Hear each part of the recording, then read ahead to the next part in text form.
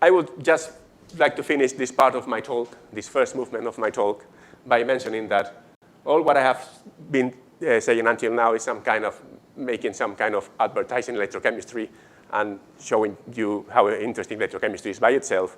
But it is not only interesting by itself. So electrochemistry is also a very relevant tool in many other areas of science. And this goes from things relating with physiology or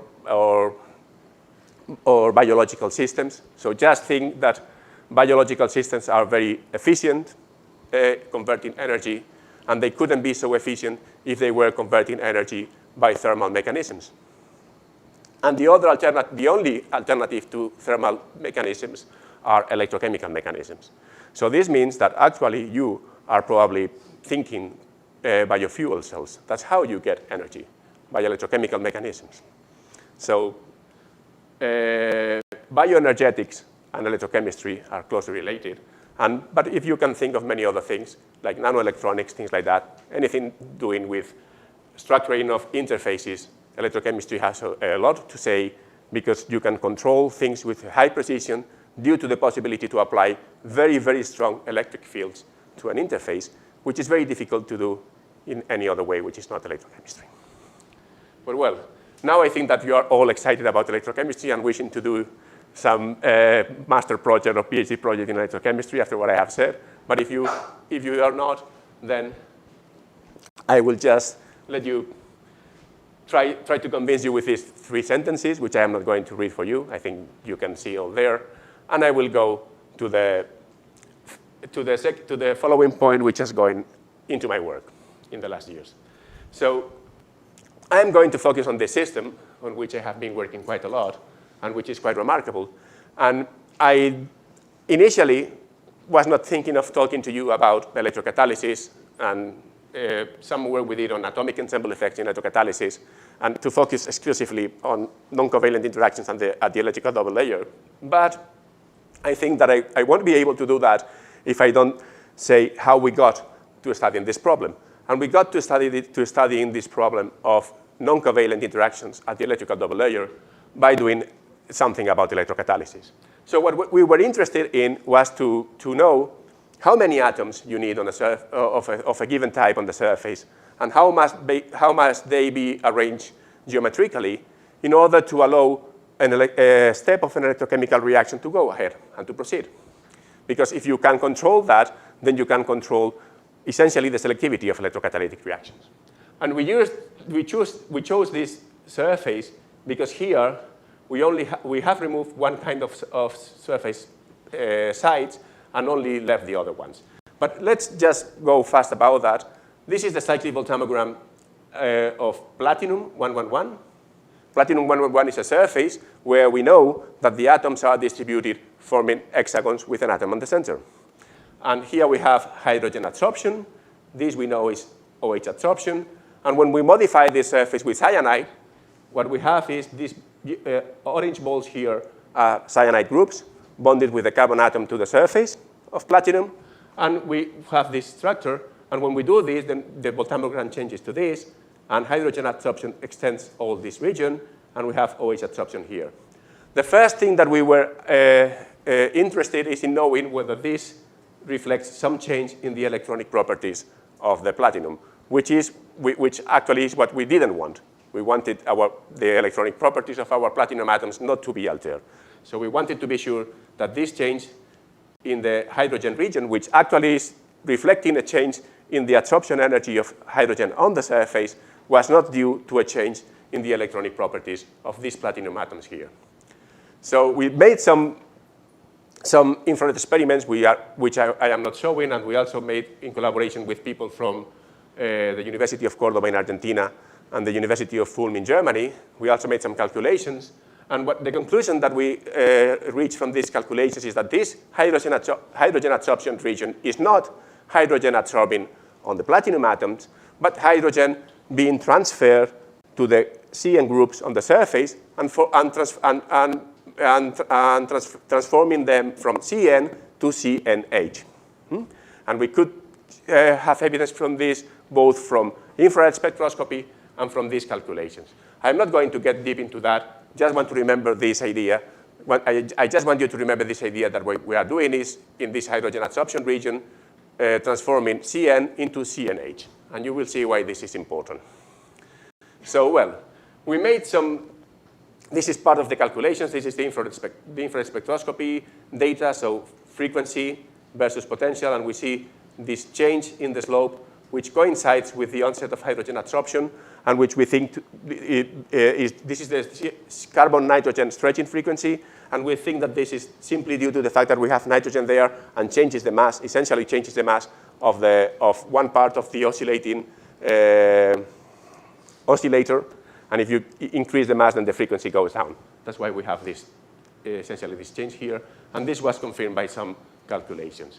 But then what we found is we used this surface to study the reduction of oxygen, and we found that when we are using sulfuric acid or phosphoric acid, we have a huge increase in the activity of the platinum surface for the oxidation of oxygen just by putting cyanide there. So it's very funny because we decrease the amount of platinum atoms exposed to the surface, and instead of decreasing the activity, which is what you would expect because you are decreasing the amount of catalyst, we see an increase of activity.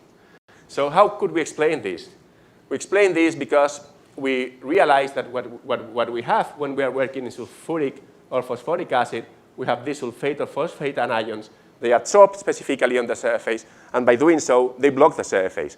So once the surface is blocked with these anions, oxygen cannot reach it, and you cannot break the oxygen-oxygen bond. You cannot reduce oxygen to water. But when you put the cyanide groups, they do not allow these tetrahedral anions to go to the surface. The surface is largely freed for them, and oxygen can arrive to these troughs here.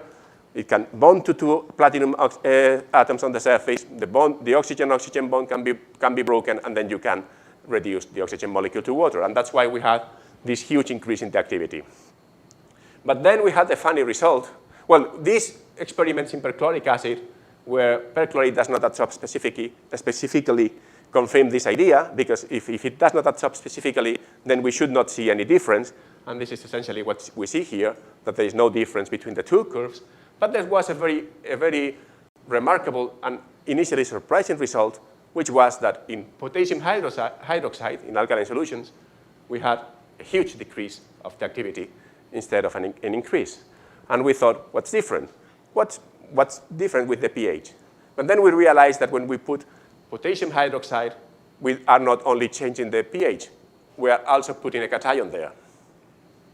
And we thought, might it be simply the cations? Because if the cations interact, so potassium it's a charged species, so you have one charge there, and cyanide, you would expect it to have at least a dipole with some negative charge on the nitrogen atom. And actually, that's what resulted from the calculations that we did, that we had quite a lot of residual negative charge on the nitrogen atom of the cyanide group. So potassium is going to feel an electrostatic attraction for the cyanide and will interact with it. And if it interacts with it, it will block again the surface, and it will not allow oxygen to reach the surface and be reduced. So this is what we thought, but we wanted to prove it. And obviously, this would be a case of non-covalent interaction, because the interaction between the potassium ion and the cyanide ions on the surface would be purely electrostatic. And it's quite remarkable, because usually in electrochemistry, we have been neglecting the role of these kind of cations in the structure of the electrical double layer. We have always considered that either we have non-specifically adsorbing anions or specifically adsorbing anions. If they are non-specifically adsorbing, they don't interact chemically with the surface, and they only feel the electrostatic attraction from the surface. But if they are specifically adsorbing, they will lose part of their hydration shell and interact with the surface, and then the interface behaves quite differently. But we never thought of the possibility of having these kind of cations, like in general alkaline metal cations, interacting directly with the surface. And they do not. They don't interact directly with the surface. But they can interact with something which is on the surface through electrostatic interaction. And then these non-covalent interactions can play, as we see here, a very important role on the structure and the properties of the electrical double layer. And that's what I'm going to talk really about today. So this is a cartoon of the idea. We initially thought that the potassium cations would be here. We know now that they are not here, as you will see later. But the idea remains the same. They will come to the surface. They will interact with the nitrogen atoms of the cyanide groups, and they will block again the surface. And they won't let any molecule access it, so then our surface cannot act as an electrocatalyst.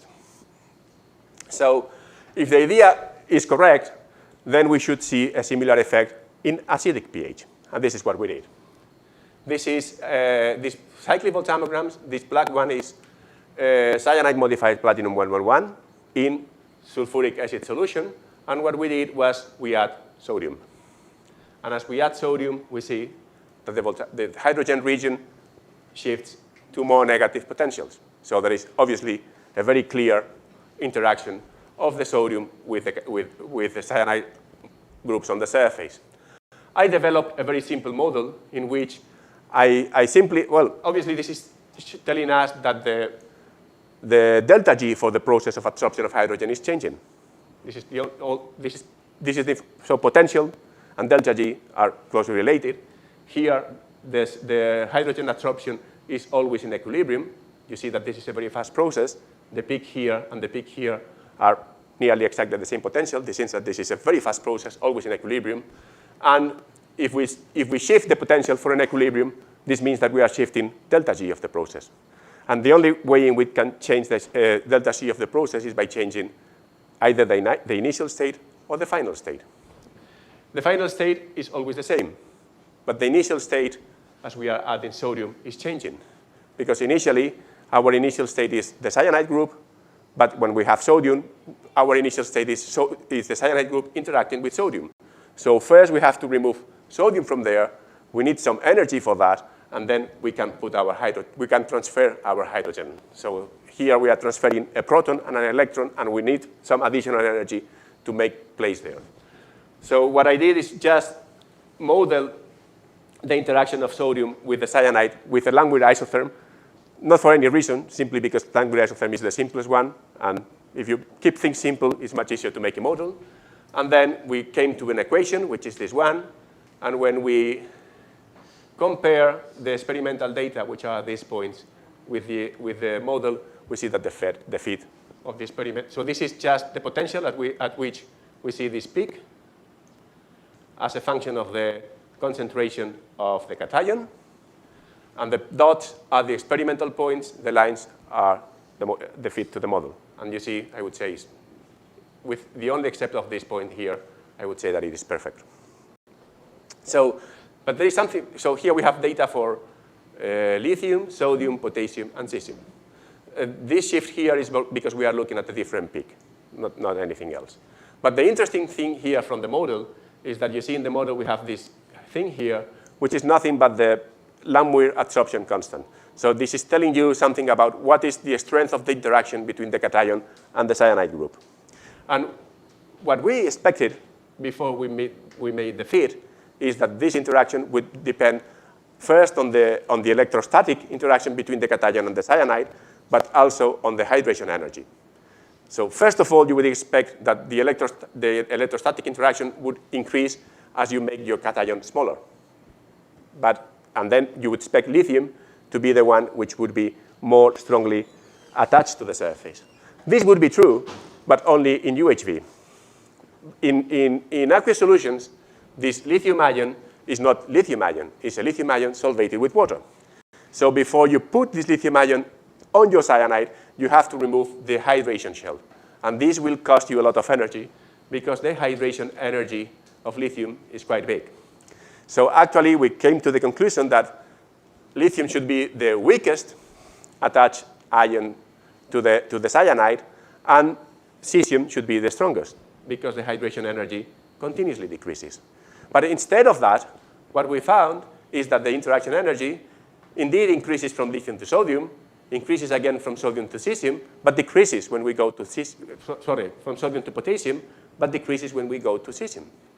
And we thought, why is that? Then somehow I remember what I was studying when I was a very young student in fourth year. And I remember beautiful work by Jean-Marie Len about cloth rates and this kind of, how do they call it?